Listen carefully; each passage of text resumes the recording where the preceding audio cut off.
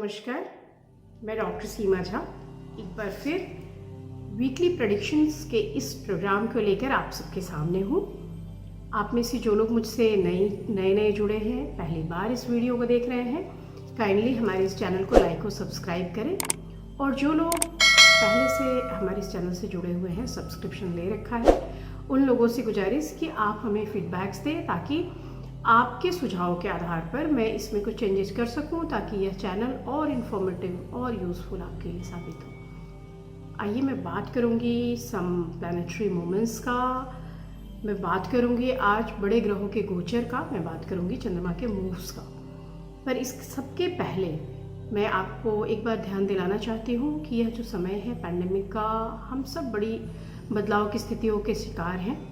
हम सबके ना सिर्फ फिनेंशियल, ना सिर्फ मार्केट, ना सिर्फ कॉमर्स, ना सिर्फ शेयर्स, बल्कि हमारे मनन चिंतन, हमारी बुद्धि, हमारी समझ और हमारे अंतःकरण के विश्वास में भी हमने बदलाव आते हुए महसूस किया है। इन बदलावों का क्या सीधा रीज़न प्लैनेटरी मूवमेंट से होता है या कुछ अन्य चीज़ें इसको प्रभावित करती है? इन सब बातों पर डिटेल डिस्कशन से पहले मैं एक नज़र डालती हूँ कि जो बड़े ग्रह हैं वो अभी कहाँ हैं। जैसे अभी मैं कहूँ तो वृषभ राशि काफ़ी मार्केबल बनी हुई है, क्योंकि उसमें एक साथ 4 ग्रहों का गोचर हो रहा है। हम देख रहे हैं कि मरकरी 1 मई से, वीनस 4 मई से, सन 14 मई से उसमें गोचर कर रहे हैं वृषभ राशि में, और ऑलरेडी उसमें राहु साल की शुरुआत से ही है। इन 4 बड़े प्लैनेट्स का टॉरस राशि में जाने का एक बड़ा मतलब निकलता है। वो भी मैं बताऊंगी आपको कि अन्य ग्रहों का इनके कॉम्बिनेशंस को देखकर या इनके मूल त्रिकोण में होने को लेकर क्या कुछ प्रभाव आएगा, अन्य राशियों पर इनका क्या कुछ असर आएगा। उसके साथ मैं बता दूं कि जुपिटर हम जैसा जान रहे हैं it is very much in Aquarius, और शनि कैप्रिकन में बने हुए हैं। चलिए मैं बात करती हूँ इस बार चंद्रमा के गोचर की। चंद्रमा इस बार मिथुन, कर्क और सिंह राशियों से होता हुआ गोचर ले रहा है। तो जब हम बात करेंगे एरीज की, तो एरीज के ऑफ कोर्स जब मैं कह रही हूँ कि मिथुन, कर्क और सिंह राशियों से, तो 3rd, 4th and 5th house से होता हुआ चंद्रमा का गोचर हम महसूस करेंगे। यहाँ पर ऑफ कोर्स जब 3rd हाउस से चंद्रमा गोचर लेगा तो I can say the start और beginning of this week is very good for you. This is good in the sense of family gathering, good in the sense of good relationship with your siblings, with your partners. और 3rd house में जैसे भी चंद्रमा आता है वो आप हमारे भाग्य के स्थान को देखता है। तो कई एक बार रुकी हुई चीज़ों का हो जाना, कई एक बार कम एफर्ट्स के बाद भी चीज़ों का संज्ञान लेना, हम इससे जोड़कर देखते हैं। साथ ही 4th हाउस में जैसे चंद्रमा जाएगा आपके पेरेंट्स के स्वास्थ्य को देखेगा। बीते दिनों अगर आप कुछ मुश्किलों से गुजर रहे थे तो निश्चित रूप से आपको उसमें फ़ायदा होता हुआ दिखाई देगा। 5th हाउस से होता हुआ चंद्रमा का मूवमेंट शो करता है कि आपके लिए यह जो हफ्ता है वो कहीं ना कहीं आपकी वर्क प्रोसीडिंग्स को अप करेगा। ऑल्दो कि ये एक पॉजिटिव साइन मैं मानती हूँ कि 5th हाउस में चंद्रमा गोचर ले रहा है और वो आपके वर्क को देख रहा है, वो आपके परफॉर्मेंसेस को देख रहा है। परंतु इसके साथ ही एक छोटा सा अलर्ट आपके लिए, क्योंकि 22nd और 23rd को जो मूव्स हैं आपके, वो that is not very good. वहाँ आपको थोड़ा एक कंट्रोल लेने की ज़रूरत होगी, because this is the anger prone time for you, so you should care about it and you will do whatever desirable. उस वक्त के हिसाब से आपको डिसीजन लेने होंगे। You will be busy at work, तो फिर भी आपको देखना होगा कि आपकी बातें, आपकी चीज़ें, आपके करने का ढंग कहीं कुछ किसी को खटक ना रही हो। इस बार आपके लिए जो उपाय के तौर पे मैं देख पा रही हूँ that is donation of white food. तो वाइट फूड लाइक मिल्क में बनी हुई कोई भी चीज़ उजली होती है, खीर या इस तरह की कोई चीज़ आप डोनेट कर सकते हैं। And the favourable colour is green and number is 5 for you.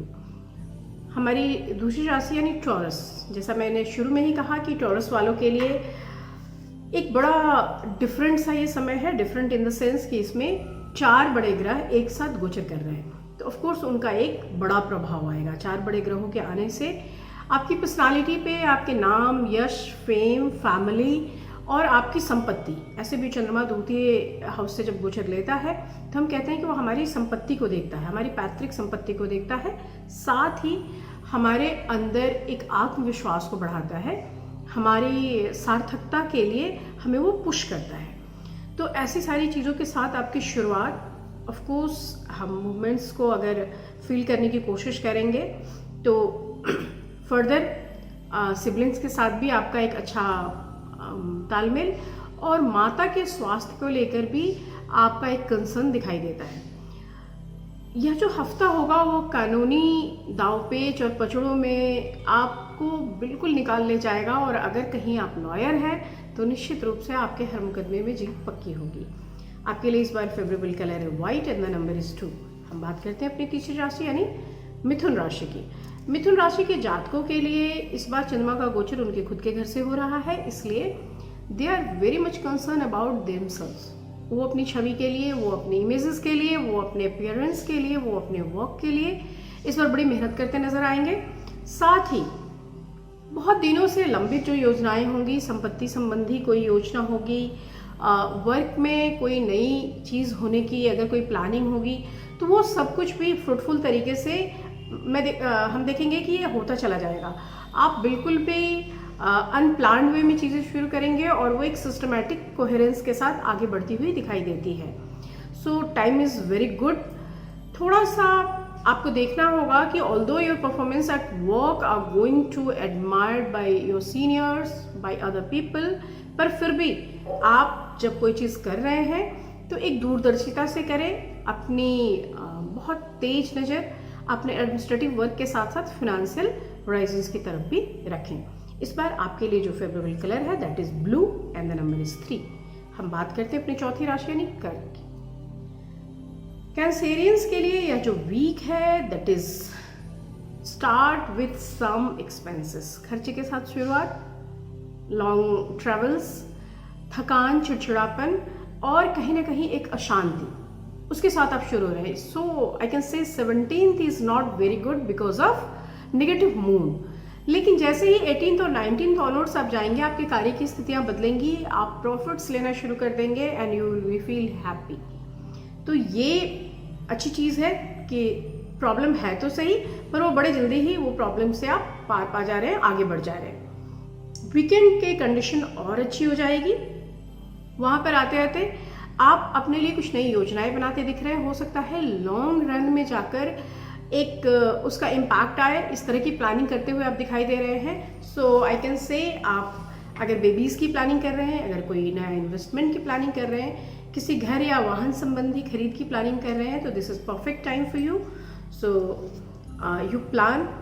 और आपके लिए इस बार जो फेवरेबल कलर होगा वो है purple and the number is 4। हम बात करते हैं अपनी पांचवी राशि यानी लियंस की। लियंस के लिए this is very fruitful time, very gainful time.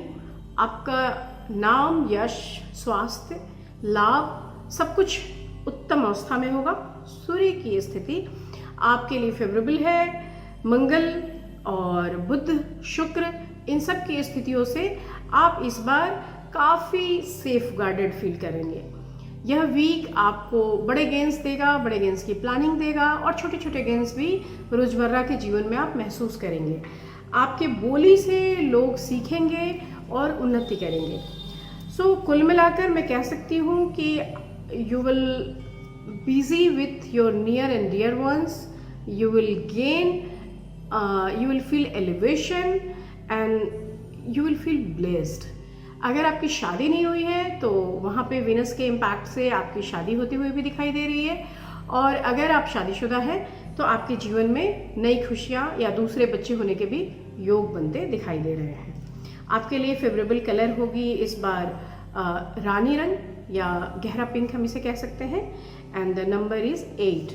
हम बात करते हैं अपनी छठी राशि यानी वर्गोस की। वर्गोस के लिए जो यह वीक का स्टार्ट है that is from their work house. तो वर्क हाउस से हो रहा शुरुआत हमेशा दिखाता है कि you will be very busy with your work, और यह जो हफ्ता शुरू ही होगा that is with very good moon. तो यहाँ पर आप ना सिर्फ अपने रोजमर्रा के जीवन से, अपने ऑफिस से, बल्कि शेयर मार्केट से, नए छोटे मोटे इन्वेस्टमेंट से, ट्रेडिंग से आप प्रॉफिट लेते हुए दिखाई दे रहे हैं। यह प्रॉफिट आपको लॉन्ग रेस में लेकर जाएगी। आप में नई चीज़ों को करने के लिए एक लगन पैदा होगा और इस वजह से यह वीक आपको बहुत इंटरेस्टिंग महसूस होगा।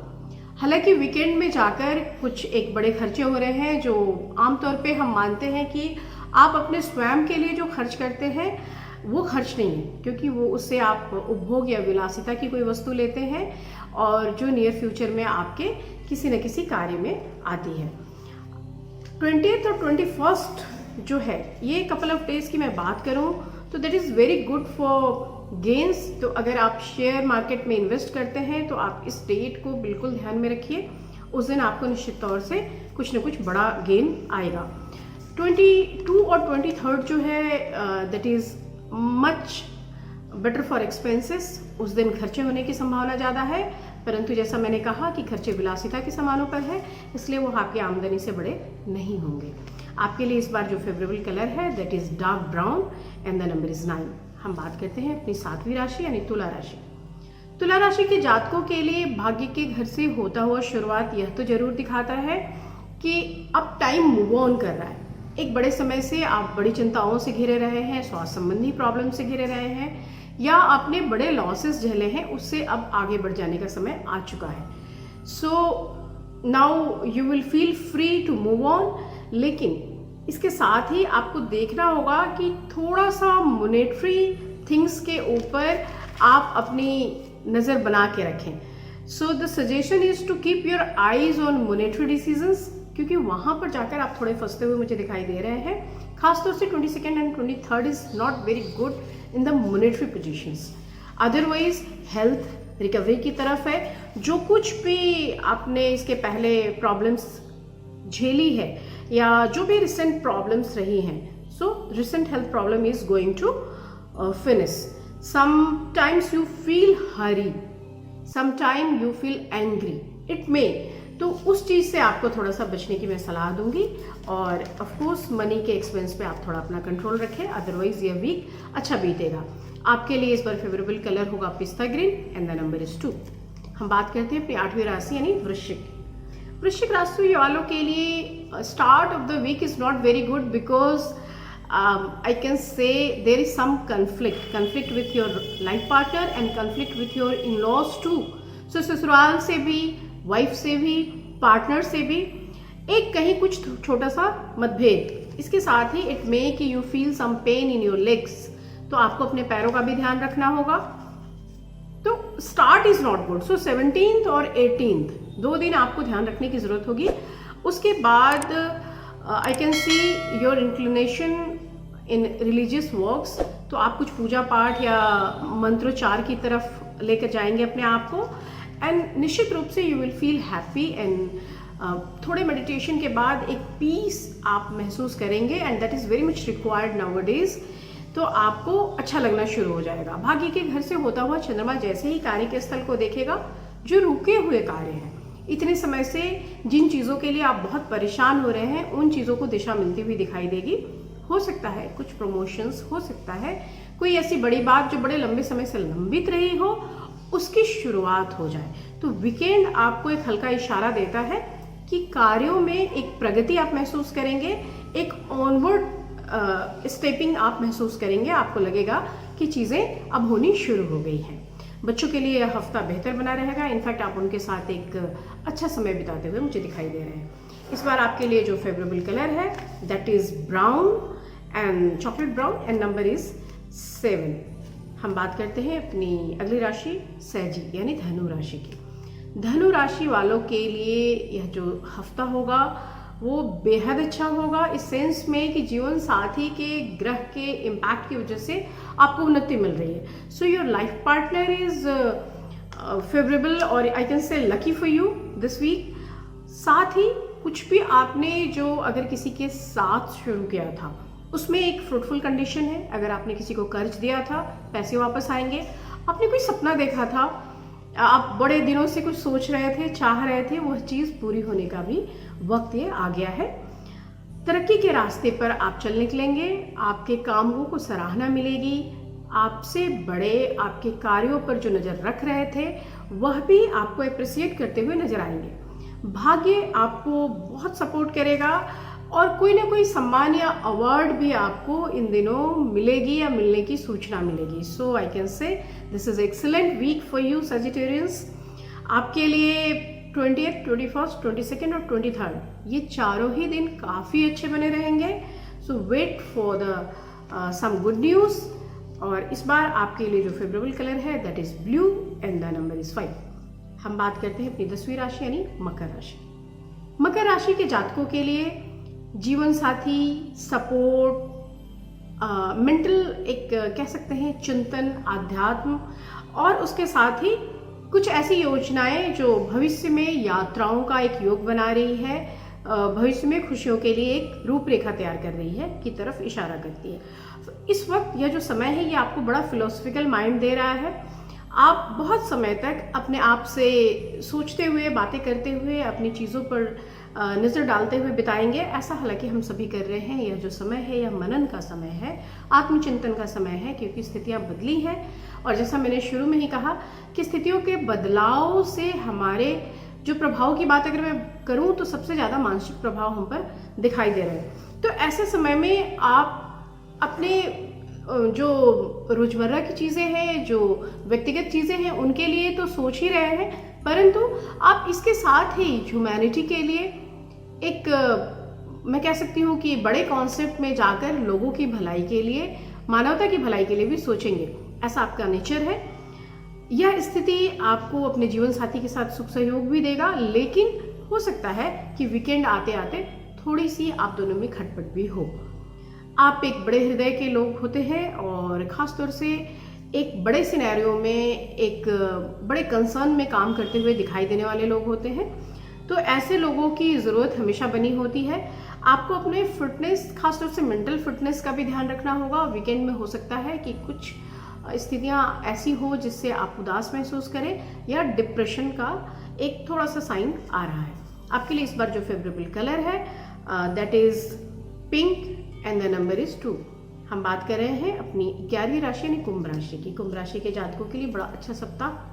काम के घर से हो रहा चंद्रमा का गोचर दिखाता है कि सिर्फ काम के क्षेत्र में नहीं, प्यार के क्षेत्र में, शादी के क्षेत्र में, हर क्षेत्र में आपको यह सप्ताह एक नई दिशा देगा, एक नई उपलब्धि की ओर आपको ले जाएगा। काफ़ी समय से आप सोच रहे होंगे, हालांकि कहने में हिचक रखने वाली यह राशि या इस राशि के जातक बहुत समय लगाते हैं अपने प्रेम को बताने या जताने में, पर यह समय, यह वीक आपको प्रोपेल करेगा, आपको प्रेशर देगा कि आप अपने प्रियजन से अपने मन की बात कहें। और निश्चित रूप से अगर आप ऐसा कुछ करते हैं तो आपके लिए आने वाला समय बहुत मधुर रहेगा। जिन लोगों की शादी नहीं हुई है उनके लिए शादी के अच्छे मौके आएंगे, और जिनको जॉब रिलेटेड कोई ऐसी प्रॉब्लम रही है उनके लिए यह हफ्ता एक अच्छा जॉब भी लेकर आएगा। So I can say this is very winning situation for you people. आप इस बीच में अपने पिता के स्वास्थ्य में भी सुधार देखेंगे, अपने से बड़े भाई या बहन या रिश्तेदारों के साथ भी समय बिताते हुए दिख रहे हैं और उनके भी स्वास्थ्य में आपको एक अच्छा सुधार दिखाई देगा। 20 और 21 तारीख को विवाह के नए प्रस्ताव आएंगे जो कुछ आपको जचेंगे, और हो सकता है कि यह हफ्ता आपके लिए कोई नई खुशखबरी, कोई नई योजना देकर जाए। आपके लिए जो इस बार फेवरेबल कलर है that is white and the number is 9। हम बात करते हैं अपनी आखिरी राशि यानी मीन राशि की। मीन राशि के जातकों के लिए एक अच्छी शुरुआत। बड़े सारे समय से जॉब प्रोस्पेक्ट में वो अपने आप को थोड़ा सा उदास महसूस कर रहे थे। उन्हें लग रहा था जैसे उनकी ज़रूरत अब कम होती जा रही है। मीन राशि के जातकों को ऐसा लगने लगा था कि उनकी उपादेयता कहीं ना कहीं घट रही है। आपका यह जो समय है ये आपको फिर से एक मीनिंगफुल पोजीशन तक लेकर जाएगा, आपको फिर से पुश करेगा, आपकी एफिशिएंसी को दुनिया मानेगी, साथ ही प्रॉफिटेबिलिटी की तरफ भी आप मूव करेंगे। If you are doing some business वहाँ भी आपको गेन्स होने के बड़े चांसेस हैं, और अगर आप जॉब में हैं तो वहाँ भी you will feel some elevation, कोई प्रमोशन या कोई अच्छी चीज़ हो सकती है। आप जो मीन राशि के जातक हैं, इनमें सहानुभूति के स्तर पर लोगों से जुड़ने की एक स्वाभाविक सी गति होती है। तो इस हफ्ते में बहुत सारे लोग आपसे बहुत सारे विचारों को शेयर करेंगे। और अगर मैं कहूँ तो 20th और 21st का जो कपल ऑफ डेज है, उन डेज में you feel pressurized to give information और एनी काइंड ऑफ हेल्प, और हो सकता है कि कर्ज वगैरह देने की स्थितियाँ भी आए। तो आपको इन चीज़ों के लिए भी सोचना है और अपने स्तर पर समझकर डोनेशंस भी करने होंगे। आपके लिए इस बार जो प्रॉफिटेबल कलर है that is bright red and the number is 3। इन सब के साथ मैं बात करूंगी इस बार जो ये सारा सर्कमस्टांसेस चेंज हो रहा है, जो ग्लोबली हम एक उठा पटक के दौर से गुजर रहे हैं, और कहीं ना कहीं 2020 ऑनवर्ड्स ही हमें लग रहा है कि पता नहीं क्या ही होने वाला है, क्या ये चीज़ें कभी रुकेंगी भी या नहीं रुकेंगी। और इन सब चीज़ों के चलते जो हम पर एक मानसिक दबाव आ रहा है, उसके बारे में मैं बात करूंगी। हालांकि ये जो प्रश्न है मानसिक अवसाद का, ऑफ कोर्स यह साइकोलॉजी से जुड़ा हुआ प्रश्न है, और एक एस्ट्रोलॉजी या एस्ट्रोलॉजर के सेंस में मैं इसके लिए कुछ बात करूं तो थोड़ा अजीब लगता है, लेकिन फिर भी मैं जानती हूं कि प्लैनेटरी मूवमेंट्स और प्लैनेटरी पोजीशंस के हिसाब से, आपकी राशियों के हिसाब से आपको कुछ राय दी जा सकती है। तो इस बार टिप ऑफ द वीक में मैंने यह मुद्दा उठाया है कि यह जो अभी करंट सिचुएशन है, इस सिनेरियो में हम कैसे खुद को शांत रखें। अव्वल तो मेरे पास कई सारे ऐसे लोग होते हैं जो पूछते हैं कि क्या कोई मंत्र है जिससे हम इस कोरोना से बच सकते हैं। महामृत्युंजय आप कर सकते हैं, उससे ना सिर्फ मन को शांति मिलती है बल्कि आपके अंदर एक स्ट्रेंथनिंग आती है, आपके अंदर एक भरोसा आता है। दूसरी चीज़ कि जीने की इच्छा शक्ति ही हमारी सबसे बड़ी संजीवनी है।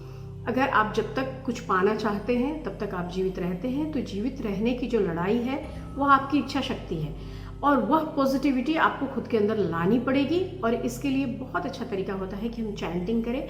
जो भी हमारी डाइटीज़ हैं, हम सब विभिन्न राशियों के लोग हैं, तो अपनी अपनी डाइटीज़ के हिसाब से अगर आप चैंटिंग करते हैं तो निसंदेह आपके अंदर एक पॉजिटिविटी आती है। साथ ही सूर्य को अगर आप जल देते हैं, या सुबह सूर्य के निकलने के बाद अगर आप आंखें बंद करके उनकी आराधना करते हैं, आँख बंद करके अगर आप आदित्य हृदय स्रोत का पाठ करते हैं, तो भी आपके अंदर मैं कह सकती हूँ कि एक संजीवनी शक्ति का विकास होता है। साथ ही चंद्रमा की स्थितियाँ भी कई बार मानसिक अवसाद के लिए बहुत ज़्यादा मैटर करती हैं। तो जब भी मून के ट्रांजिट्स हो रहे हों या आप मून की महादशा में हो, तो कोशिश करिए कि सोमवार के दिन या तो आप उजली चीज़ों का दान करें, या हो सके तो आप मून से संबंधित उनके बीज मंत्रों का उच्चारण करें। इस तरह से खुद को शांत रखना और साथ ही मंत्रों का उच्चारण और मेडिटेशन, ये सारी चीज़ें मिलकर हमारे अंदर की जो शक्ति है उसको जलाए रखती है, उसको प्रज्वलित रखती है, और वही शक्ति हमारी जीवनी शक्ति होने का, बनने का कार्य करती है। तो इन्हीं सब बातों के साथ आज का ये प्रोग्राम मैं ख़त्म कर रही हूँ। अगले वीक मैं फिर मिलूँगी, और इस बीच में प्लीज़ आप फीडबैक देंगे और मुझे बताएंगे कि अगले वीक और क्या आप टिप ऑफ द वीक में जानना चाहते हैं मुझसे। तब तक के लिए गुड बाय, नमस्ते।